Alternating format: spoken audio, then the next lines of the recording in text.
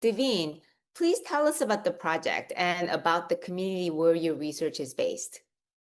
Yes, I'll start with the community because Boston Glass is such a special community and it is a physical manifestation of the broader LGBTQ plus people of color community. When you walk into Boston Glass, everyone feels at home. And for some of our youth, it's the only place that feels like home. It's a community center that serves youth ages 13 to 29, depending on the program. It might stop at 25.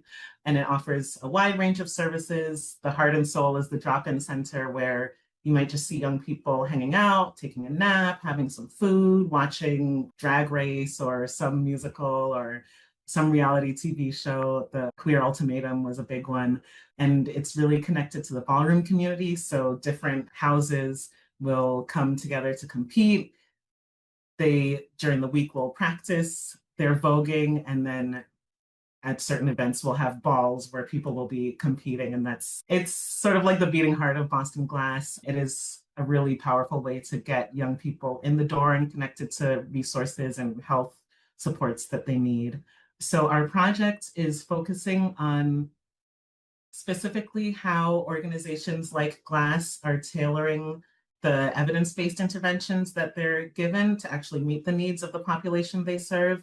We know that the vast majority of the evidence-based interventions that we're taught were created with and for cishet white people with money and power, which doesn't reflect the population that we're serving. And so there's a lot of creative tailoring that has to happen so that we're actually meeting young people's needs. So we wanted to study how that works at Glass, how it works at other orgs like Glass, with the ultimate goal of broadening what counts as an evidence-based intervention. Ballroom, for example, I get to see firsthand how that makes a huge difference in young people's mental health.